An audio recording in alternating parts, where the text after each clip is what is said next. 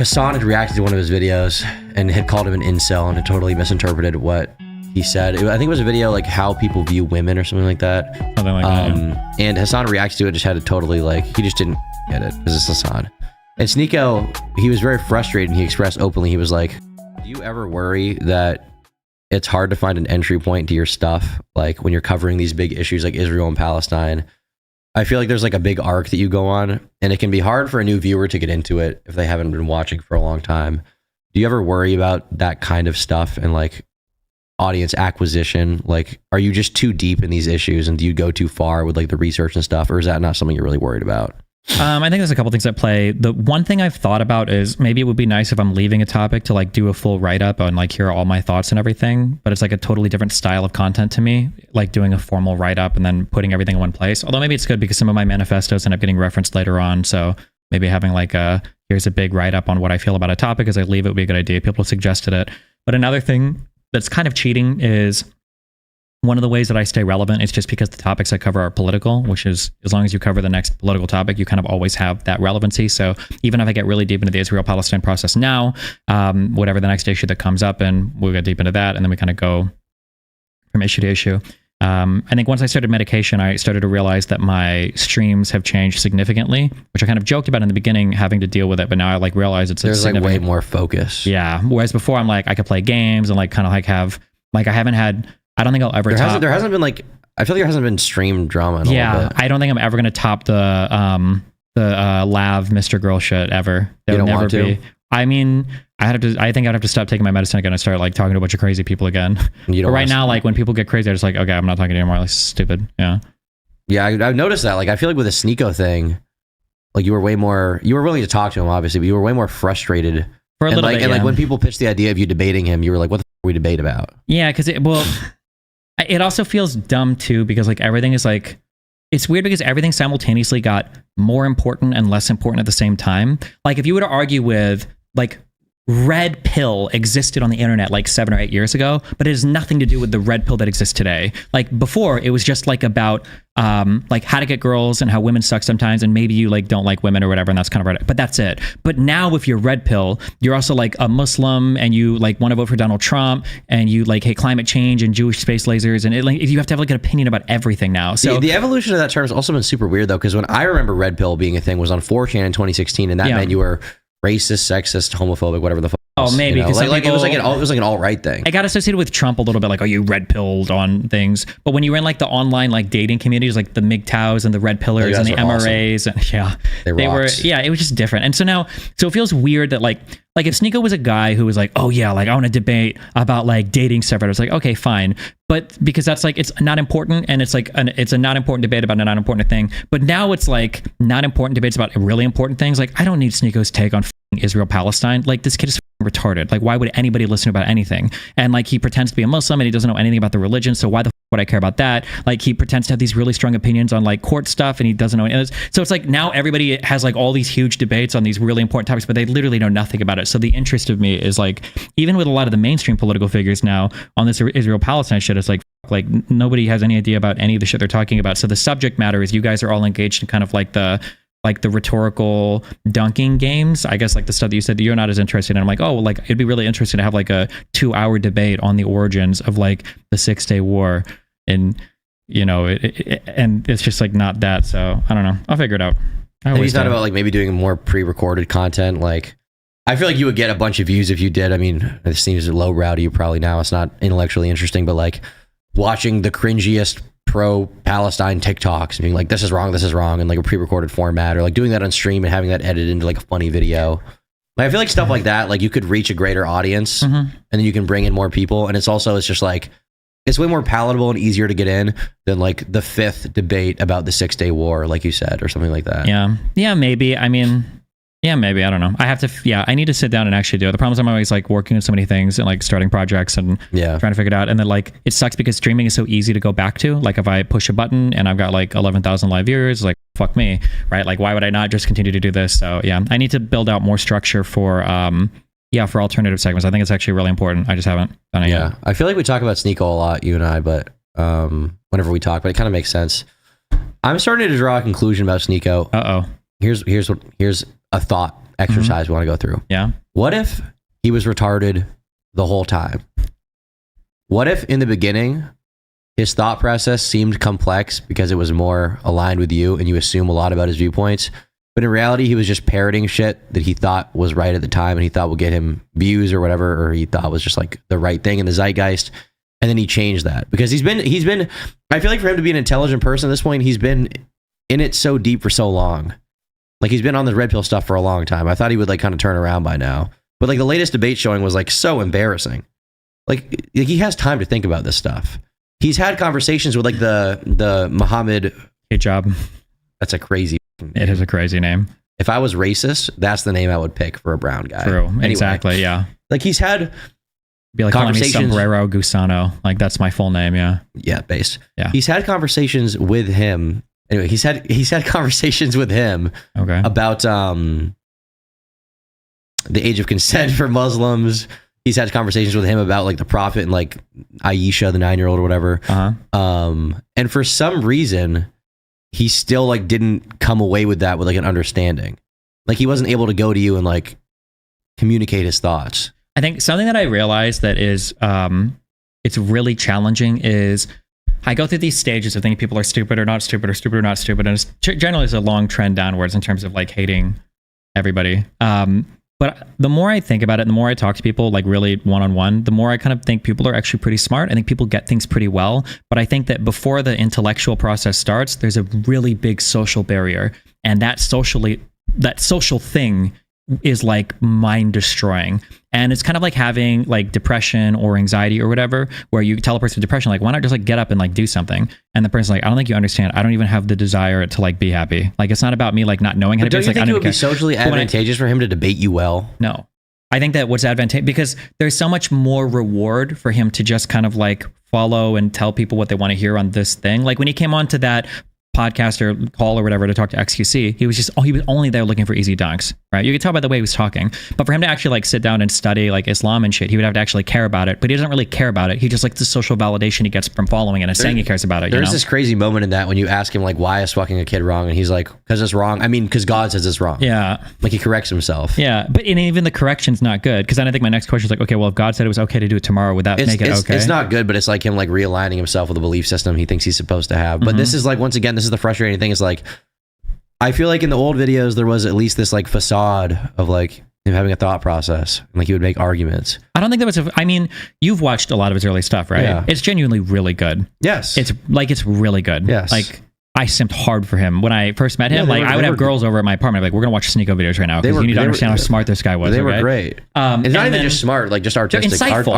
And they're artistic too. Yeah, they were shot well. He does this like weird wide angle lens shit that is kind of shouldn't work, but it does, and it's like his style. He had and these weird little like animations and drawings and cool editing stuff, and like he had like musical like segments and like bits and stuff. Like they were really good. Yeah, and he walked the line early that we talked about of being like you're humble enough to realize when you're making mistakes, but you're arrogant enough to like be like very forward about it. Like you know, like And he was very honest about like his faults and everything. Yes, but now it's just like I feel like he became like every single thing that he would have ever, it feels like, hated in any of those videos. But the reason why I think is because of the there was this sounds so mean. I don't want to bring this up. Never mind.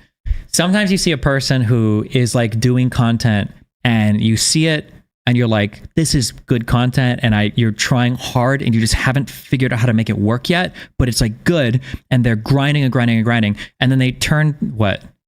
I didn't say anything. You're laughing. Okay.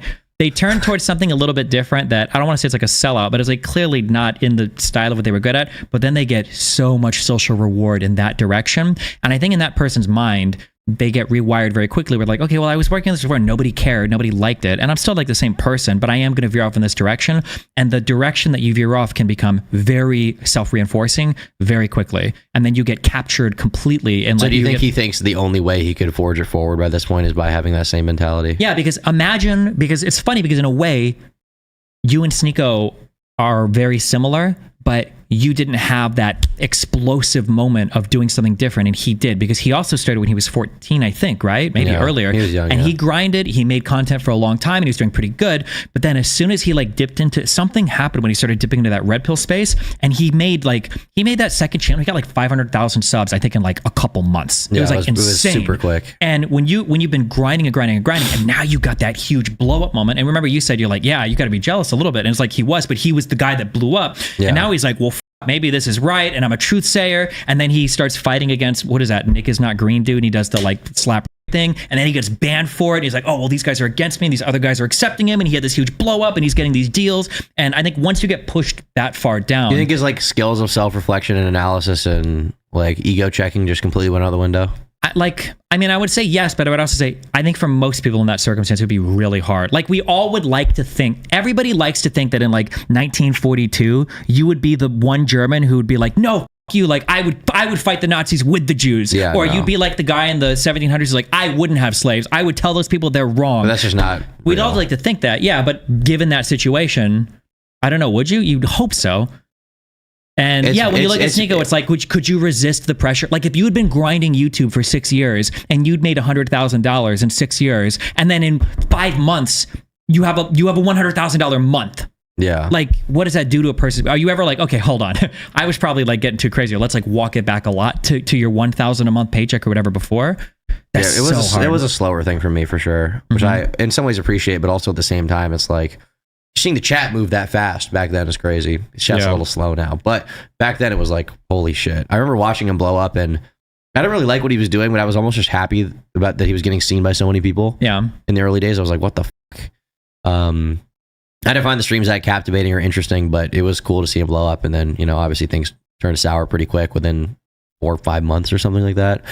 But yeah, his old stuff was very good. There was a moment I remember early on, I don't know if I've talked about this with you, but he was talking about, like, Hasan had reacted to one of his videos. It was about to change Sneako forever. He got into a beef with Hasan, who is a massive political Twitch streamer who represents leftist ideals. Funny thing about these two beefing is they both really like Bernie Sanders and probably would have voted for him. Anyways, Hasan reacted to one of Sneako's videos called How to View Women, where Sneako takes on the role of a man who's insecure, can't talk to women, and wants to not end up like an incel. The visuals consisted of him filming women from a distance, which was supposed to be ironic, but it seems like Hasan didn't understand the hypothetical perspective Sneako was creating and just resorted to calling him an incel. Bro, this dude was like, this is healthy. This is a healthy way to do things. I am going to go and film random women and harass them. Dude, this is wow. Obviously, Sneako wasn't a fan of Hasan's reaction. Hasan right. Yes, ha ha ha, toxic man. I don't like him. He's creepy. But you're not saying anything about the video. You're just insulting me. Aren't you the political streamer? Say something political. And had called him an incel and had totally misinterpreted what he said. I think it was a video like how people view women or something like that. Something like that. Yeah. And Hasan reacts to it, just had to totally like, he just didn't get it because it's Hasan. And Sneako, he was very frustrated, and he expressed openly, he was like, I realized that Hasan gets way more rewarded than I do for making this video. Like, I try to make like an honest video that's like actually interpreting the world and like not necessarily being controversial for the sake of it, but just like speaking my mind. And Hasan can just watch the video and make 3 times the ad revenue and donos or whatever from just watching it, being like, this guy's an incel, right? Yeah. And then eventually he just kind of took that on. He became that because he realized it was more profitable. Yeah, because it was like what we were talking about earlier. I think it's just really, really, really hard. Like, there are 2 huge moments that are so frustrating. It's like, so I go on Twitter. I probably shouldn't have said this, but I think a week ago, do you know Casey Tron? Called her fat whore. I said she smoked a bong with her pussy. She does. Wait, did you say that? Yes. Did you delete that tweet? I didn't see that one. Yeah, I didn't tweet it. She did. But I probably shouldn't have said it. But like, I did. But like, so she sees that, and then she runs to her Discord. Right? And she's called me a pedophile. She says I abandoned my kid. She calls me an abusive partner. She says I'm a rubbish. She says she said like a billion horrible things about me. And it's annoying that like, and I understand like you have to walk a higher path, but like when you're like wading through the sewage of so much filth and personal insults and degrading and like all the death threats and the pictures of my, Instagram stories of my son that people send me and all the crazy things that people say, the videos that everybody had, people making fan art of like Melina fucking ABBA in front of me and shit. And I'm like, bro, you're drawing this? And then I'll say some shit where it's like, I think those people are just and then I'll say some shit about somebody, and then like there'll be like 2 posts on my subreddit. There've been 2 in the past month where like Destiny called somebody fat. It made me feel really bad. And I'm like, and it's like I have to be so much more careful. Or like right now, over like I'll have like a 6-hour debate with ostensibly the most scholarly people about Israel Palestine, and their entire side is like, oh yeah, he called Destiny a moron. It's so funny, blah blah blah. And then my audience will be like, when Destiny said this thing at 2 hours and 34 minutes, they actually didn't use that. And it's like, they have it a lot with the Finkelstein thing. Yeah, where like my audience is like pretty critical of me, which is good. I like it, but it's so much harder when you're fighting against other people whose audiences are like on their knees, like jerking off with every single thing. It's like, they're not even looking to listen. They just want to see an easy dunk. And I'm super sympathetic. I'm empathetic with Sneako when he's like, well, I put in all this work to do this stuff, and then like the one Noah Samson or Hasan like does a drive-by video on me. They get 3 times the views. It took them 5 minutes to react to my video that it took me like 5 days to put together. Like, why the fuck am I even wasting my time doing this? And I'm empathetic towards that. You really have to like gear your mind in a direction to like be resistant towards that and continue to move forward. It's really hard. I think what you have to recognize is that dishonesty breeds contempt for the audience long term. And well, wait, breeds contempt like from the creator to the audience, to the audience to the creator, or what do you mean? The audience to the creator. Sure. And I think you get very quick short-term gains from dishonesty. It's like steroids. Yeah, but one of the issues, I thought about this a lot too, is that you don't really remember the people who were your haters. And even though they all have short-term success, there's always so many of them that keep popping up. Like I'll have to sit back and I'm like every now and then, like, okay, hold on. Who was shitting on me? Like 10, you know who Naked Ape was? Yes. Yeah, or Tonka Saw, or Naked Ape was based. Yeah, fuck you. So the most delicious sniveling cuck on all of Twitch. So I'll have to sit back sometimes. The most delicious specimen. That guy made the best video. He made videos. He was responsible for a lot of the early like ad homs against me. But I have to sit back and remember like, okay, who were these people? They don't exist anymore. So I know they failed. But it's not like you get to sit back and celebrate that, because there's a whole new wave of dipshits. I definitely have that. Yeah. Yeah, and it's like, well, fuck. Like sometimes I'll remember like I'll just try to think back to like 5 years ago and be like, did I think this was a big deal back then? Like, did I care that people on Twitter said shit like this? And I think in the moment I did, but then like 2 years later, looking back, I was like, oh, it didn't matter. And then 2 years after that, I'm like, what the f is going on? Yeah. And it's like, you could have a very short-term memory with that, but you just have to have like a long-term view of things. This is a very long game if you want it to be. Yeah. You have to play it that way. Yeah. Yeah. It's a lot though. Do you think Sneako will ever come back? Hopefully. I feel like if he did, I feel like the videos would be super interesting. Like, could you imagine 19-year-old Sneako going on this like journey and then making videos in that manner again? The perspective he would have now, given everything that's happened, being banned from YouTube, meeting Andrew Tate, Donald Trump, I think. Yeah. He at least got a picture with him, and being part of Kanye West, like, yeah, it would be crazy. Like, I don't even necessarily want to see him like not be red pill. I just want to see him like have a complex thought process again. And that would be so cool. I don't think he's going to do it anytime soon. I don't think his audience wants that right now. But I would love if he would do that, because those videos with the stuff he's experienced, if he could actually stop and think about it, would be so interesting. I mean, the Kanye stuff, like talking about the Kanye stuff in like a long video that's like artistic in the way his old videos were. Yeah. That would be like... Because, yeah, you've got the little Haitian immigrant 14-year-old boy making YouTube videos who, like, what is it, 7 years later, is now working in a Kanye West political campaign after becoming public enemy #1, like, banned on YouTube. Like, yeah, it's a crazy story. About the arc. Like, it's amazing. It's a crazy story. That's an insane story. I feel like he has like 10 of those probably. At least, yeah. Donald Trump stuff, the Kanye stuff, the Andrew Tate stuff, the flying around the world, going to Mecca as a Muslim, trying to live stream it again, and kicked out of mosques for having tattooed. Yeah, he's got, yeah, damn. But it's just like he has no deeper analysis right now. Other than just like, Allah is my, Christ. Yeah, disappointing. We'll see. Wasted potential for now. We'll see. Do you ever worry about, we don't have to talk about this too much. I know he's your hero. Epstein. No, the Sam Hyde guy. So I like Sam Hyde stuff. I like his comedy. I think he's really funny.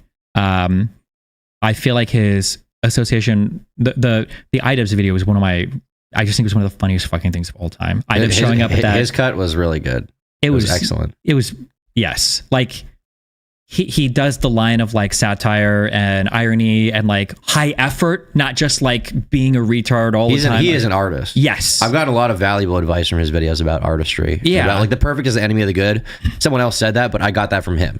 Like he passed that on to his audience and I took that. And like my hiring process for like, you know, just like dropping your ego and learning to like have people help you out with content. Like that's stuff that came from him. He has a lot of valuable advice. Yeah. Also maybe kind of crazy. Do you ever worry for some of the people that you follow, or do you ever view them differently? Do you ever think differently based on like some of the political stuff that comes out, or you try to like totally separate out like there's stuff I've learned from this guy, or I can appreciate this and I don't care about any of the whatever other stuff he's getting into or whatever he says it's like serious or not serious? Or I don't know. I mean, if people want to criticize him for that, I think that's totally valid. I'm not going to be like Sam Hyde defender and say like, you know, he's not a political guy. But you know, obviously there's a lot of valuable advice I've taken from him. And I've spoken to him and he's given me some decent advice. And so, yeah, I don't know. If people want to shit on him, I mean, that's totally justified. But when you think about like people like him, or you say like you also watch like Leafy a lot early on and everything too, do you ever feel pressure, or do people ever try to pressure you to come out and like, you watch this guy, or you signed off on this and now he said that and you need to make a statement about that, or you need to like make a video like being critical of that? Do you ever feel pressure for that? People definitely will say stuff like that, but it's not really my audience, people outside of the audience. I think if anybody does something wrong, if somebody does something wrong, you're totally justified in criticizing them. That's totally fair. But ultimately, I don't think it's necessarily my responsibility to call out everybody. I don't think it is. And I think just because I have taken something good from someone doesn't mean that the bad doesn't exist and you can't talk about that. And you know, I think that the artist versus the art, or creator versus, you know, the creation or whatever, is an interesting conversation to have, where like this doesn't exactly apply here, but there's been people I've liked before, I've listened to their music, like Mindless Self-Indulgence is a band I liked a lot growing up. They're really good. And then it came out there was like some lawsuit where like the guy was like grooming a 15-year-old girl or something allegedly. And that was like shitty, but I remember when that happened, a lot of people on Twitter were like, stop listening to their music, you can't enjoy the art anymore. And I remember thinking like, on one hand, I understand not wanting to like give that person money or something by streaming on Spotify, but at the same time, like I feel like it's okay to enjoy art from bad people. I feel like it's okay to take whatever their perspective is, and I'm not saying you should agree with it or something, but you know, oftentimes bad people make good art, bad people make interesting art. Their perspective of being someone who's like a shitty person or relying by society is what informs making it good and making it like honest. Is controversy something you consider at all when you're deciding on like the next piece, whether you want something that's really controversial or not controversial at all? Yeah, I think it's bad to have 10 controversial things in a row. I think it's good to like space it out a little bit, you know? And your audience I don't think your audience, at least mine, I don't think they want to see me constantly at war with everyone. I think it's good to have like, you know, break periods when you're just chilling out, you're doing stuff. And then you go back on the next offensive. And also, I don't want to feel like I need to like get to the next fucking crazy shit to go after someone. I don't want to feel like I'm in a position where I need to be fighting everyone at all times to like keep the audience interested. I feel like that's a thing as well. It took me a while to learn that, and I'm not necessarily following my own advice right now, although for Israel-Palestine, you just end up fighting literally the entire fucking world. But you see that creators that start like a downward spiral, usually it starts from, I'll say like you should never be fighting more than one community at a time. When you start realizing that you're fighting like 2, 3, 4 communities, the problem is like fighting one community might be like difficulty level 5, fighting 2 communities is like difficulty level 30, and fighting like 3 communities is like difficulty level like 700. Like stuff will spiral and escalate so quickly. And when you get to those like elevated states of anxiety and like frustration, it's very easy to make a misstep. And now you've like really fucked up and there are more eyes on you than ever fucking before. And yeah, that's a really hard thing. And sometimes it's what you're saying is like super true too. And that like, if you want to cover controversial stuff, that's good, but it's good to like pad it out. Like you don't want to do like 7 fucking crazy videos in a row. Like you could like space things out a little bit more. People will take it in kind of like, waves. The problem with the total war stuff too is like, you just get yourself in a position where you accrue this hate audience who's constantly waiting for you to fuck up, and they're waiting for the next thing. And you'll just have this like opposition that you're dealing with constantly who's waiting for you. Yeah. And you kind of have that with the gripers and the lefties right now, the red-brown alliance. There's an annoying like pipeline where a lot of gripers, because they're mad that I don't do content with Nick anymore, they watch my stuff and they wait to clip it, and then when they clip it, Hasan will always retweet it because he hates me. And is that real? Yes, it's been so like, do you know like Censored Man or any of these guys on Twitter? Like Hasan will literally watch these Nazi accounts and then he'll retweet them or go over like compilations made of me by them on his stream. Like, have you ever heard or seen on Twitter, like, Destiny can't find Palestine on a map, or Destiny thinks Erdogan is the president of Israel, or Destiny doesn't know who Assad is? All of those attacks are Groyper clips from my stream that got amplified by Hasan and other lefties. I see. Yeah. And then, having when you have like the people in the rosters who are constantly waiting to like get every little thing, it's a lot. Yeah. Yeah. Well, the problem with that also, it just opens you up to a lot more misinterpretations, right? Yeah. And like when you're covering controversial stuff, it's like first controversial thing, a bunch of people disagree, they might move on. Second controversial thing, they're like, wait, is this a pattern of behavior? And then that's why even false allegations. The third time is like, now you're the guy. Yeah, that's why even like a false allegation or somebody being wrong about something is so damaging, because it makes the second and third one a lot easier to believe. Like even if the first one is complete and total bullshit. Yeah. And I've definitely noticed I'm developing a bit of an anti-fan community on Reddit, on Twitter, and so many of the interpretations are so dishonest. But it's just me trying to understand, like, how did I get here? And I think when you cover a lot of controversial stuff in a row that people aren't willing to watch, or there's a lot of bad faith actors, you're going to be in a position where you're going to have a very hard time pushing past that to a certain extent. Time heals a lot of these wounds, as you know from your career. You've had the most important thing is to always keep rolling forward. It's like the one advantage you can have on anybody else. You can't dwell on it too much. You can't just sit on it forever. And you know, creators can ultimately make it out of anything, is what I've learned, if they really try. They keep making content. Yeah. But yeah, you don't want to be in a position where you're constantly at war, and then the audience is expecting you to be at war. It's like, why aren't you fighting this guy and this guy and this guy? Which is once again why I don't cover everything. Yeah. It's like, I can't cover everything. First of all, I'm one guy, but also I don't want the audience to expect that I'm going to cover every single little thing and like be their personal army. It's also hard too, because like most people like don't say anything, and then some people say things here, and then some people say things here, and because you're making content, it's hard to remember that there's a lot of people in the middle, and instead it just feels like there's one guy that's always criticizing you.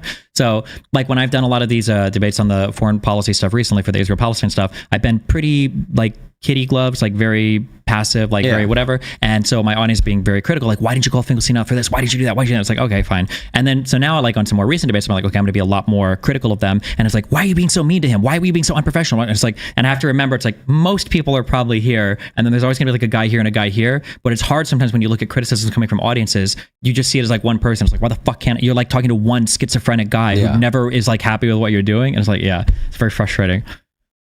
It's very frustrating. It's very frustrating. But we're looking at the future. We are. YouTube drama is going after you. You're going down in that subreddit. Yeah. Just like James Somerton went down. Who was that guy? Did he kill himself? I mean, he said that. I don't think he did. Oh, but you don't think he did? Wow, that's pretty brave of you to say that. We've seen no direct evidence he did. Oh, okay. So you need pictures of it. Yes. Okay. That must be why your Me Too coverage is so brutal. Exactly. I need pictures of it. What's the next big thing you're working on? Where can people find you?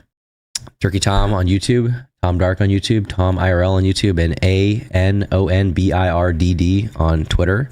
Tom Dark on Instagram. Lots of big videos coming out. Stay tuned. The lol cow iceberg is coming, okay? You're going to like it. The lol cow iceberg. Can't give much more detail than that. It's a top secret project. Okay, well, I'm going to call it a couple things before we leave, because I have... we have super chats? Yeah. Oh, fuck. I also need to call out, we have 2 sponsors too. Did you know that? They're amazing sponsors. Like is about to send them to me. One of them is Ground News. Do you know what Ground News is? Ground News is a service that allows you to get information from both sides of the political spectrum, see how biased they are, and understand political biases going into whatever topics you can be the most informed. That's amazing. That's true. You can find the topic. You can see videos from the left or articles from the left, articles from the right. Check out ground.news or check. You can see the background of the outlet. Yeah. What? You can see the background of the outlet that's reporting it. Yeah. On ground.news. Yeah, on check.ground.news check.ground.news/ Bridges Podcast. Bridges Podcast. Link is below. Great code. And then we also have a sponsor from, I don't want to say the name. Fuck. Was it Skillshare? Did I say the wrong name? I bet I just did. Oh, it wasn't. It is from Skillshare. If you want to learn how to make YouTube videos and be awesome, like Tom, like us, yeah, or like me, and you don't have the money to join Andrew Tate or Sneako's, Big Baller Video Society or whatever scam programs they're selling, check out Skillshare. You only have to pay $10 a month. You gain access to a lot of masterclass videos, ability to learn skills, which is the things you do learn. And the link to that will be below the video. Thanks for checking that out. Both of them are supporting the program. I'm pursuing heavily there's one more sponsor slot, guys. It's either going to be Obsidian or Soylent, okay? One of you guys have to come after me, okay? Soylent, I drink please. a lot of Soylent. Oh my god. Okay, and I also you need to get that. do a lot of Obsidian. Yeah, I'm the perfect soy boy. That would be so cool. Yeah, I'll dye my hair. No, I won't. But yeah, one of those two, we're coming after you. But yeah, thanks for watching. Thanks for being here. I appreciate it.